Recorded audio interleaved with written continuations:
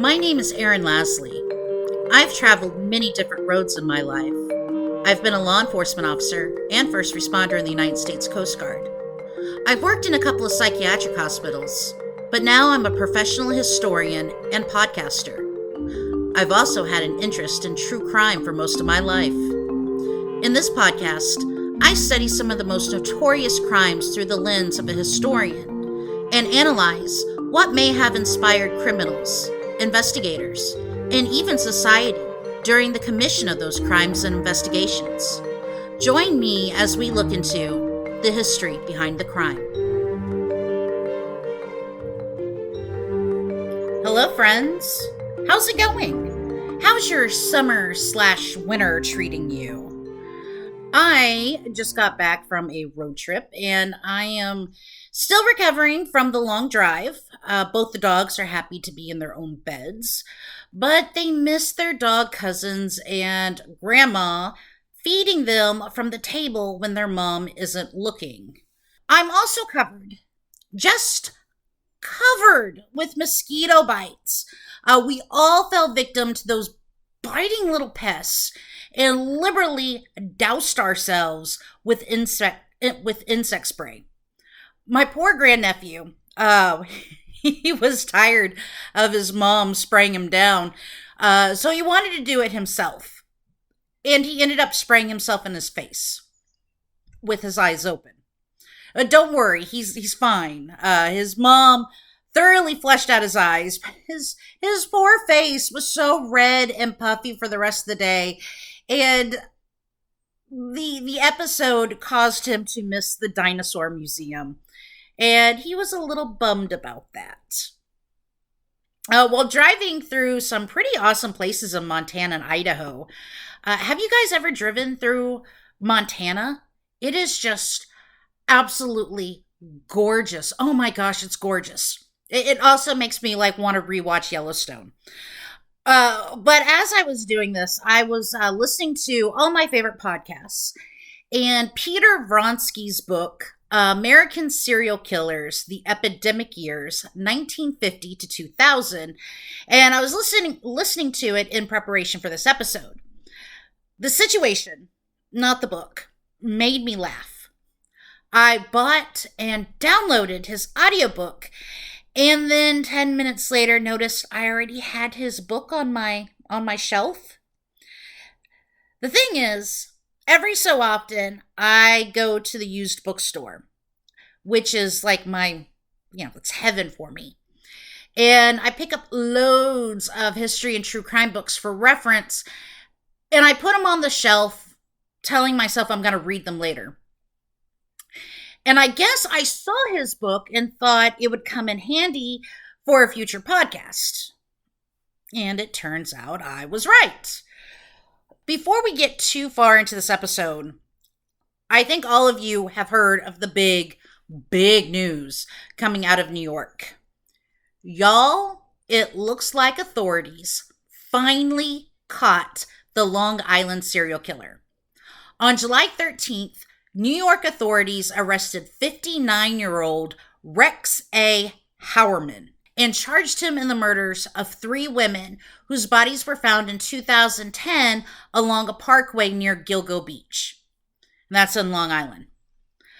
Howerman is also suspected in the deaths of several other women whose remains were also found in the area.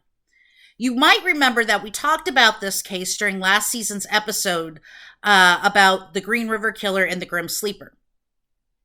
We discussed the tragic fact that sex workers are high-risk victims, prime targets for serial offenders, and whose disappearances sometimes go unreported or are overlooked completely by the police. It looks like these women in Long Island might finally get the justice they deserve, and whose families might finally get some answers. There's not a whole lot of information that has come out since the release of this podcast, but if history is anything to judge, I am sure more will come out in the following months. I was just watching the news today, and they were excavating this idiot's backyard. If you want to know more about this case, I recommend the book Lost Girls, An Unsolved American Murder by Robert Kolker, which Netflix used to make a movie. And I also recommend the documentary Unraveled, The Long Island Serial Killer, which is also good. I haven't seen that lately on Amazon, so you might have to rent it or buy it somewhere.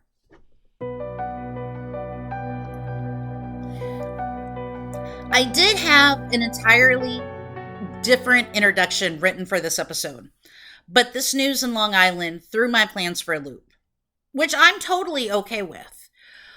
What's so interesting about this is that when you think of serial killers, your first thought isn't of the Long Island serial killer, but monsters like Ted Bundy and Jeffrey Dahmer and John Wayne Gacy. For those of you who lived through those times, you probably remember the news stories of young women going missing in Washington, or shocking news reports of body parts discovered in a Minneapolis apartment.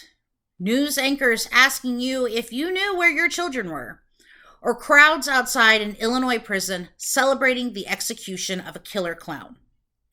If you weren't around during that time, you were probably fascinated by the Netflix series Mindhunter and the who's who of serial killers. It's not surprising that these shitbirds would be the first many people think of when they hear the word serial killers, since they hunted during what we now call the golden age of serial killers. Cases like that in Long Island, they don't occur that frequently, at least to the best of our knowledge. But it would have seemed pretty common back in the 1970s and 80s when a shocking case was popping up every few months. And they did. Especially in California during the late 70s and early 80s, when there were more than 20 serial killers on the hunt, including Kenneth Bianchi and Angelo Bono, the Hillside Stranglers, William Bonin, the Freeway Killer, Joseph D'Angelo, the Golden State Killer, Richard Ramirez, the Night Stalker, Carol Bundy and Doug Clark, the Sunset Strip Killers, and Rodney Alcala, the Dating Game Killer. Just to name a few. I also find the term Golden Age kind of creepy when referring to serial killers, since Golden Age generally refers to happier times. This is something Vronsky mentioned in his book, and I have to agree with him. I think of the golden age of TV or radio or Hollywood, not killers. But for 50 years, there was a significant increase in serial killer cases. And with the invention of television, everyone, everywhere, was aware of this phenomenon.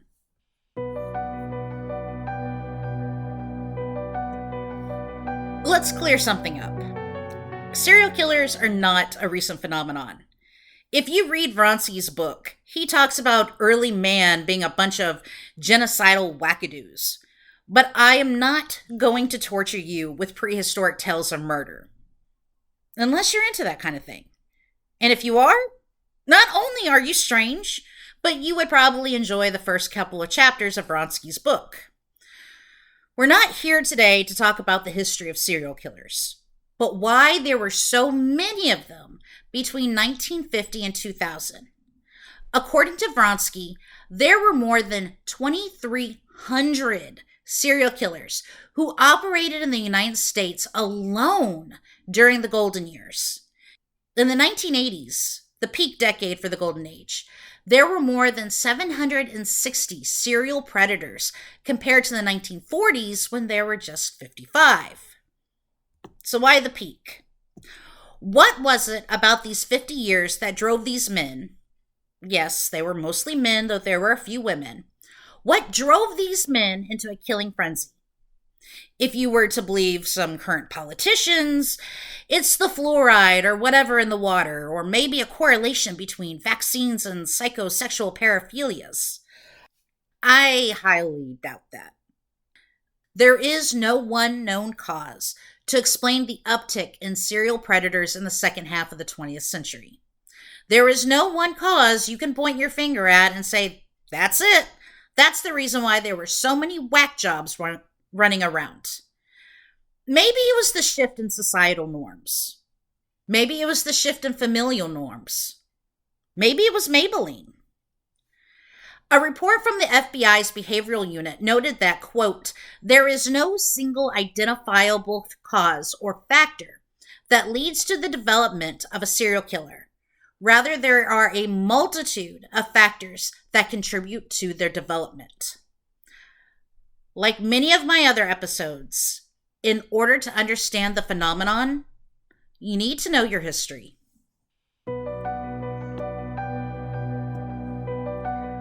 On an autumn evening in November 1957, Waushara County Sheriff's deputies searched the home of a man who had been arrested for the kidnapping of a Plainfield, Wisconsin hardware store owner. Deputies hoped to discover the kidnapped woman in the man's house, but what they found was the stuff of nightmares and an Alfred Hitchcock movie. In the house, deputies found the missing woman, already carved up, and the remains of other people whose body parts had been made into belts, lampshades, seat covers, furniture, and even waste paper baskets. By far, Ed Gein is not considered America's first serial killer, but he was the first serial killer of a new generation of predators. While Gein represents the official start of the golden age of serial killers, he doesn't really fit into the why there were so many predators in these 50 years. Gein had some serious mental health issues that we discussed in last season's episode about criminal insanity. And he's really an aberration that can happen in any society. With that being said, Gein's murders and sick hobbies made national news and scandalized the nation. People everywhere were caught up with the Plainfield nightmare, and Gein inspired Hitchcock's film Psycho. Unfortunately, Gein wouldn't be the last man to catch the public's attention. There would be a lot more.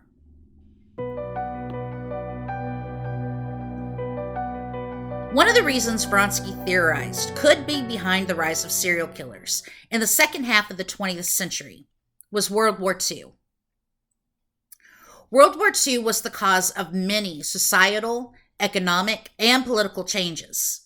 Indeed, something that large and terrible would obviously change the world in different ways. Even today, we're still recovering from the fallout. Sad to say, thousands of households dealt with the fallout of war firsthand when GIs returned home suffering from what we now know as post-traumatic stress disorder. Nearly 1 million U.S. military members saw combat during the war. Nothing in their experience at home prepared them for what they saw during the war. Many of them brought the war home with them. Of American ground combat troops deployed during World War II, an astonishing 37% were discharged and sent home as neuropsychiatric casualties. Today, we recognize PTSD as a battlefield injury, and the Department of Veteran Affairs at least acknowledges the diagnosis and tries to treat veterans who are in desperate need of mental health assistance. Back in the 1940s, veterans and their families didn't talk about it. It was actually preferable to return home missing a limb rather than being diagnosed with combat psychoneurosis. These veterans didn't receive care for their PTSD, and most of the time were told to just brush it off and be a man. As a result, some took to the bottle or sought other non-healthy ways to cope with the horrors they witnessed. Many came home and remained in isolation and disconnected from their families. They were essentially absent for their sons, or they became abusive and took their anger out on their wives and children. John Wayne Gacy's father, a World War I veteran, would beat young Gacy with belts and other objects, and taunt him by calling his son a mama's boy and other homophobic slurs. Both Edmund Kemper and Dennis Rader were virtually ignored by their World War II veteran fathers, and Richard Cottingham, the torso killer, was raised by a father with combat-induced PTSD. In some cases, such as Kemper's, their mothers became either overprotective or overbearing. One theory suggests, as a result, that a child can become frustrated and they lash out against female figures that may remind them of their mothers. This was the case with Kemper. He killed a number of young women before realizing he really just wanted to kill his mother. And the moment he did, he called the police and surrendered, ending his entire serial killing spree. It's almost as if he self-healed in a way. He would go on to tell John Douglas and Robert Ressler all about it and help them understand predators like himself. Now, with all that being said, there are thousands upon thousands of people who were raised by military veteran fathers with PTSD who did not go on to become serial killers or any other kind of offender. But this is just one piece to a much larger puzzle. The early 20th century also saw the introduction, or transformation, I should say, of pulp, detective, and true crime novels. Pulp fiction magazines and books were publications printed on cheaper pulp paper rather than the glossy paper we're used to seeing today. In the earlier days, these magazines and novels were mostly penny dreadfuls or adventure tales or, detective stories. And I know what you may be thinking. What does this have to do with the increase of serial killers? Sometimes it's the smaller things. But pulp magazines were a trigger for certain individuals. Men who would become serial killers, to be more precise. Just hear me out on this one, okay? I'm not alone. Originally, pulp magazines featured stories that you would expect. Westerns, sci-fi, adventure, mysteries, yada, yada, yada. The covers of these magazines were nothing really to write home about, and nothing that would really shock you at the beginning. By the 1930s, however, the covers of these magazines changed and began to feature artwork of provocative and beautiful, half-naked women, normally tied and bound and terrorized by an assailant. The stories didn't necessarily promote violence against women, but the covers did. One magazine that featured Sir Arthur Conan Doyle's The Hounds of Baskerville, Sherlock Holmes, it featured the artwork of a scantily clad woman bound to a post with rope. Nowhere in the story does that happen, but the cover captured the imagination of some men. Sex sells. In this case, violence against women sold. In a time when pornography wasn't available with just a few clicks of a mouse, these pulp fiction magazines, the covers at least, gave men with sadomasochistic tendencies an outlet, or at least fueled their fantasies. Or, with younger men and boys, ignited their fantasies.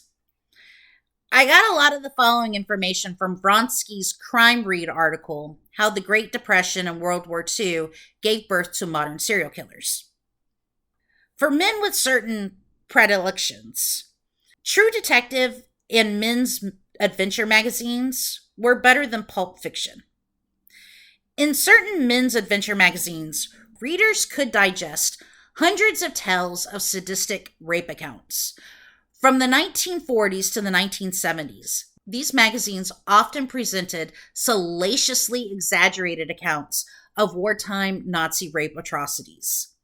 The magazine covers featured garish images of bound and battered women with headlines like "Soft Nudes for the Nazis' Dr. Horror," "Hitler's Hideous Harem of Agony," "Grisly Rites of Hitler's Monster Flesh Stripper," "How the Nazis Fed Tanya Sex Drugs," "Crypt in Hell for Hitler's Passion Slaves." And as I'm, saying all this, my apartment window's open, so anybody can hear me. But anyway, these stories not only fed a burgeoning serial offender's sadomasochistic desires, but also some of their anti-Semitic and racist beliefs. I'm sure some of you noticed the swastika flag in Buffalo Bill's basement in The Silence of the Lambs. The adventure magazines were known as the Sweats for the luridly colored cover illustrations of male torturers and their female victims glistening with sweat, an effect enhanced by case and paints and acrylics used by the cover artists. These magazines feature not only a gamut of Nazi and Japanese atrocities, but sweaty cannibal stories based in the South Seas and Africa, Middle East harem rape scenarios, and eventually Cold War, Korean War, and Vietnam War vice and torture themes. Parallel to the Sweats was a genre of grotesque crime tabloids and true detective magazines that mixed staged bondage photos with real horrific crime scene photos and tales of sex, death, and mutilation, with headlines like 39 stab wounds was all the naked stripper wore. He killed her mother, then forced her to commit unnatural sex acts. I like to see nude women lying in blood. Sex monsters, the slut hitchhiker's last ride to doom, and rape me but don't kill me, which all makes me want to throw up. Dennis Rader admitted at the age of 14 he had found a True Detective magazine in his father's car and masturbated to the crimes of Harvey Glattman, the Lonely Hearts Killer, and the crime scene photos of Glattman's female victims who had been bound and killed. Rader said that the True Detective and men's adventure magazines had a lasting impact on him and offered him the best gratification. Aside from murder, that is. Women in these blatantly misogynistic publications were portrayed in only two biblically paraphilic ways, either as captives bound and forced into sex against their will, or as sexually aggressive, bare-shouldered women with a cigarette dangling from their lips, subject to punishment or death for their evil-minded sexuality. In this paraphilic world of the Sweats, women were either sacred Madonnas, defiled, or were a whore punished. There were no other options available. In his book, Vronsky explained why pulp fiction, True Detective, and men's adventure magazines were a drug to serial killers. And this is a direct quote from his book. To most of us, the True Detective and men's adventure magazines all look alike. The covers show a woman in bondage. To the paraphilic serial killer, however, the literature was a stimulant for highly selective fantasies, very specific, parsed subplots that radiated out from his own imagination. It wasn't just the question of abduction and rape. There was a very narrow, self-defined specificity to it. Some serial killers would paw through hundreds of these rape scenarios until they came upon just the right one that either reflected their own fantasy script or inspired a new additional twist to it that they had not imagined on their own. In layman's terms, these magazines were crack to serial killers. And these magazines were not hidden behind the counter or sold in adult bookstores or stashed in the back of the store. They were mainstream. Some had monthly circulations of over 2 million copies at their height and were openly sold everywhere, on newsstands, in grocery stores, candy stores, supermarkets, on drugstore magazine racks, right next to Time, Life, National Geographic, Popular Mechanics, and Ladies' Home Journal. They would be found lying around anywhere and everywhere men and their sons gathered, in workshops, barbershops, auto shop waiting rooms, mailrooms, locker rooms, and factory lunchrooms.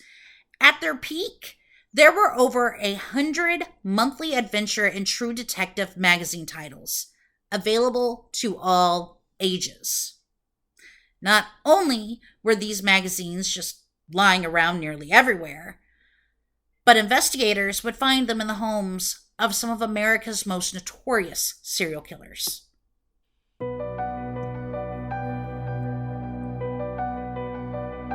Post-World War II also offered something that very rarely had been offered before: more independence for women. Throughout time, women had been sheltered from the outside world. It was seen as indecent for most women, especially upper class women, to venture out into public alone, and especially rare for women to live on their own. In most Western populations throughout history, there were pockets of single women trying to make it out on their own, but these women were considered high risk victims and were preyed upon by predators.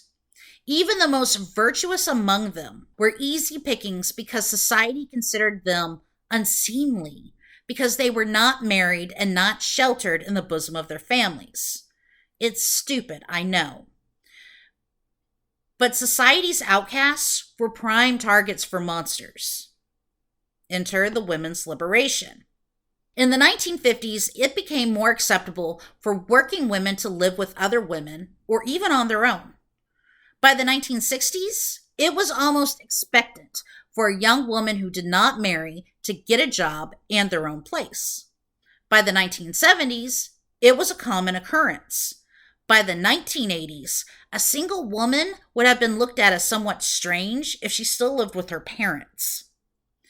It became more acceptable for women to frequent bars and nightclubs on their own, to travel, attend college, live in dorms or student apartments, just generally be out and about without the presence of a chaperone or a man.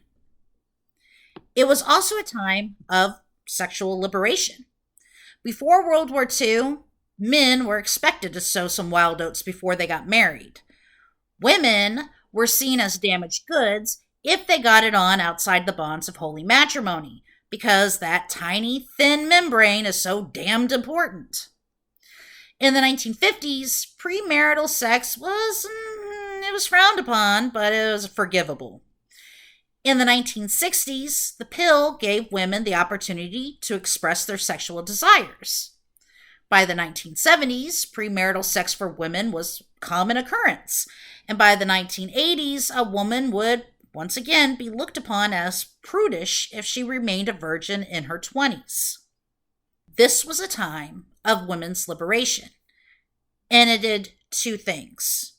One, made it easier for predators to obtain victims, and two, hacked off the really misogynistic predators who saw these liberated women as abhorrent and, in some cases, reminded them of their mothers. Honestly, if a man ever tells me I remind him of his mother, I'm running for the hills. No thank you, Norman Bates.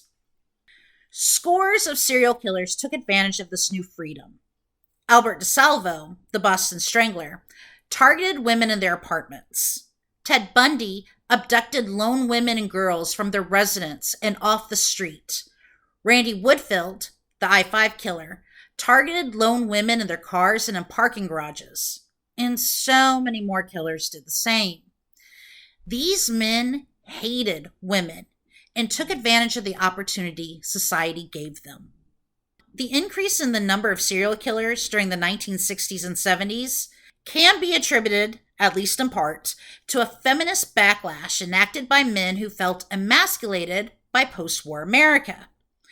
In her book, Defending the Devil, My Story as Ted Bundy's Last Lawyer, which was written in 1994, attorney Polly Nelson wrote, "It was the absolute misogyny of his crimes that stunned me. His manifest rage against women. He had no compassion at all. He was totally engrossed in the details. His murders were his life's accomplishments." Then there were killers like Gary Ridgway, Lonnie Franklin Jr., Richard Cottingham, who targeted sex workers because of their extreme hate for women. Ridgway believed he was doing God's work for trying to rid the world of these women, while Cottingham expressed his rage with bondage and then cut off his victims' heads. And it also should be noted that not all of these men's victims were sex workers. Women's liberation sparked these men's hate and made it easier for men to kill them. I am also fully aware that not all serial killers targeted women. Some, like Gacy and Bonin, targeted men and boys. For these assholes, They took advantage of the increased number of male hitchhikers and runaways that became commonplace in the 1970s and 80s. Young men and boys who were just looking for a ride or for a job to get them by.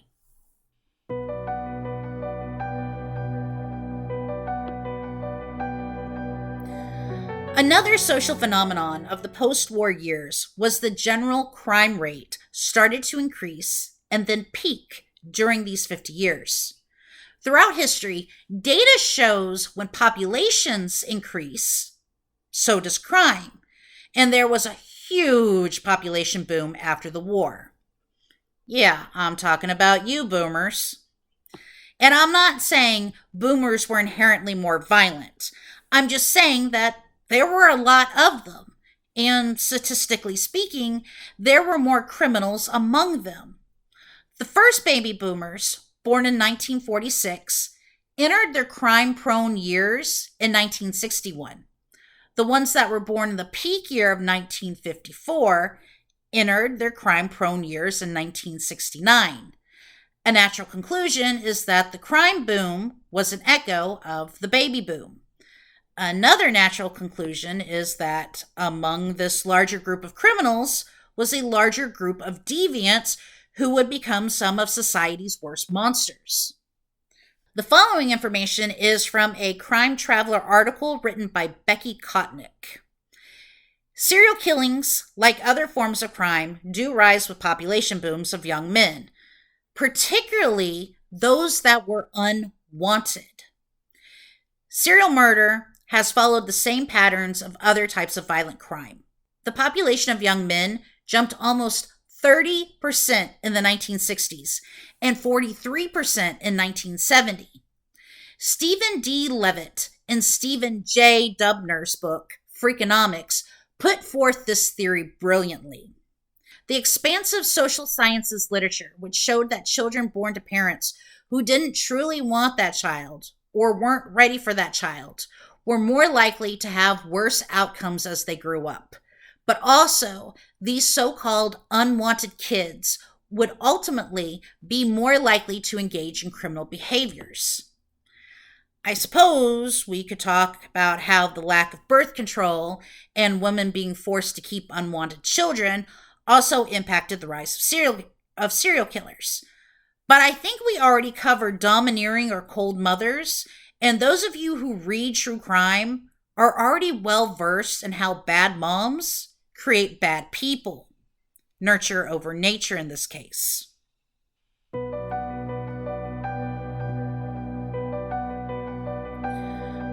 So what was responsible for the serial killer boom? Smutty and violent literature? Dads with PTSD from the war? Independent women? A population boom? Hitchhikers and runaways? Interstates? The seemingly degradation of society? The hippie movement? Vietnam? Lead exposure? Perhaps it was all these things. Perhaps it was none of these things. Perhaps it was just a freak statistical anomaly that all these a-holes were hunting at the same time. Or maybe police work just got better and investigators were able to link and identify patterns in serial murders better than they had in the past. Is it possible that the same amount of serial killers were hunting pre-World War II, but police were not able to link victims to the same offender? It's possible, but then how do you explain the decrease of serial offenders from 2000 to present? I borrowed the following from Cody Cottier's Discover article, Serial Killers Have Rapidly Declined Since the 1980s. There are several theories why the rate of serial killings declined since the golden age of serial killers. Better forensics is one of the top theories. Serial murder has become a more dangerous pursuit, says Thomas Hargrove, a founder of the Murder Accountability Project. Because of DNA and improved forensics, and because police are now aware of the phenomenon, serial killers are more likely to be detected than they ever were. The awareness he refers to begins with late FBI agent Robert Ressler, who likely coined the term serial killer around 1980. There's a power to naming something, Hargrove said. I would also like to add better police work and intra-agency cooperation. Before, police jurisdictions did a shoddy job with communicating with each other. It is possible if California jurisdictions talked to each other in the 1960s and the 1970s, police could have caught the Zodiac Killer or had linked the East Side rapist cases to the original Night Stalker cases and apprehended Joseph D'Angelo sooner. In November 2022, 4 students from the University of Idaho were stabbed and killed in their home. Police didn't squabble over jurisdiction, but over 130 law enforcement officers from the city, county, state, and the FBI investigated the homicides jointly in order to catch Brian Kohberger, who is currently on trial for 4 counts of homicide. Without jurisdictional cooperation and the use of genetic genealogy, police may have never solved the murders, and Kohberger may have gone on to kill again. Many researchers also cited longer prison sentences and the reduction in parole over the decades. If a one-time murderer remains behind bars longer, they'll have less of a chance to reach the FBI's serial threshold of 2 kills. Yes, it's 2 kills now, not 3. Take Rodney Alcala, the dating game killer, for example. In 1968, Alcala kidnapped and viciously raped an 8-year-old girl. He spent 17 months in prison for the attack. Later, he would be arrested for attacking a 13-year-old girl, but only served 2 years in prison. Alcala is suspected of killing up to 130 people before police finally caught up to him in 1979. Today, the rape of a tender-age child could send someone away for life. And maybe, just maybe, the offender would be eligible for parole after 20 years if he managed to fool a parole board that he had been rehabilitated. In prison, a serial offender doesn't have the opportunity to kill, unless he's killing his fellow inmates. Another theory suggests there are fewer serial killers because there is a smaller victim pool. People don't hitchhike much anymore. Parents keep a sharp eye on their children now. I mean, do you remember being kicked out of the house in the morning and told not to come back until dinner? Women are not forced to be polite to strangers, and we'll fight back. And there are cameras everywhere. It's more difficult for offenders to abduct their victims without being seen. Society is also identifying so-called deviant behavior earlier and earlier. Parents don't hush up little Johnny's enjoyment of killing small animals, but rather now they get him the psychiatric care that he needs. Hopefully. I was also very surprised to read that pornography could also be the reason serial killers are on the decline, because it provides a non-violent outlet for those who have violent urges. And I don't know about this theory because that also flies in the face of the Pulp Fiction theory. But anyways, I'm sure someone somewhere did a study on it. Just the same, there are still serial killers out there who are hunting and killing victims. Across the Midwest, there's an increase of sex worker deaths that many contribute to both the opioid pandemic and serial offenders. Arizona has seen 5 serial killers or serial shooters in the last 20 years. And then there's the Long Island serial killer who is currently in the news. During my research, I discovered that analysts and forensic psychologists theorized we will see an increase of serial killings within the next decade due to many factors, including the severe economic slump of 2008 that caused, the breakup of many homes, and now the trauma of the COVID-19 pandemic. Of course, all that is theory and remains to be seen. What we do know is that there were a shitload of serial killers in the last half of the 20th century. and society had to give many of them nicknames just so we could sort them out. The Boston Strangler, the Zodiac, Son of Sam, the Torso Killer, the Freeway Killer, the I-5 Killer, the Hillside Strangler, the Killer Clown, the Night Stalker, the East Side Rapist slash the original Night Stalker slash the Golden State Killer, the Butcher Baker, BTK, the Green River Killer, the Grim Sleeper, the Atlanta Child Killer, the Campus Killer, the Co-Ed Killer. And these were all the ones I could name off the top of my head. And all were active during the golden age of serial killers. These men scared and fascinated the country, and people were eager to read about their crimes in the paper or even watch their trials on TV. Today, these men's monstrous deeds have been turned into books, documentaries, podcasts, TV shows, and movies for our entertainment. There's nothing necessarily wrong with that, as long as you remember that these monsters were real, and so were their victims. Real people died, and some of their families are still alive and continue to grieve for their lost loved ones. I ask that you please remember that the next time you binge watch the newest serial killer show on Netflix. This week, I want to bring your attention to a case I have been following since the beginning.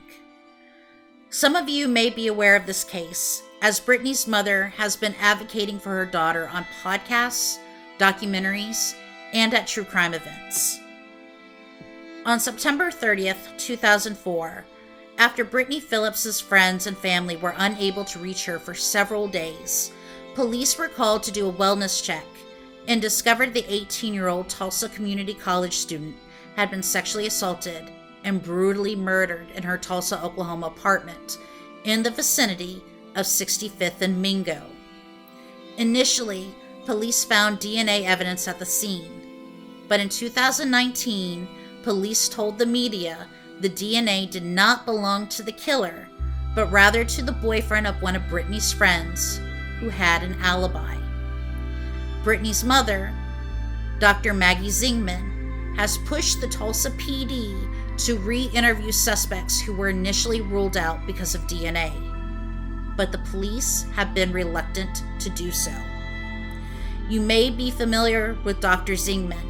She drives across the United States in an SUV wrapped with her daughter's image, hoping to garner leads about Brittany's murder and other cold cases that she advocates for. Y'all, I know a lot of people from Tulsa who listen to this podcast, and I know a lot of you were living in Tulsa in 2004. If any of you know anything about Brittany's murder, no matter how insignificant you think that is, please contact the Oklahoma State Bureau of Investigation at 800-522-8017 or Tulsa Crime Stoppers at 918-596-2677. If you don't want to call them, that's fine. You can contact me and you can remain anonymous. I will pass your tips along to the Tulsa Police Department. You can email me at thehistoryBehindTheCrime@gmail.com or message me on Instagram at thehistoryBehindTheCrime. Someone out there knows something. You may not, but you may know people in Tulsa who do. Share Brittany's story with them.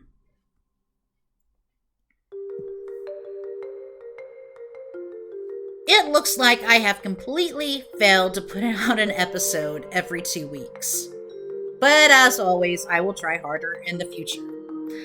I guess new episodes will come out whenever they come out. At this point in the game, I'm doing my best to keep this a completely free and ad-free podcast. But that means I have to do the researching, writing, recording, and editing all by myself. Because I can't afford to hire anyone to do it for me. I do have another episode lined up for you, and it is a crime that brought an entire city to its knees before it rose up in solidarity against evil.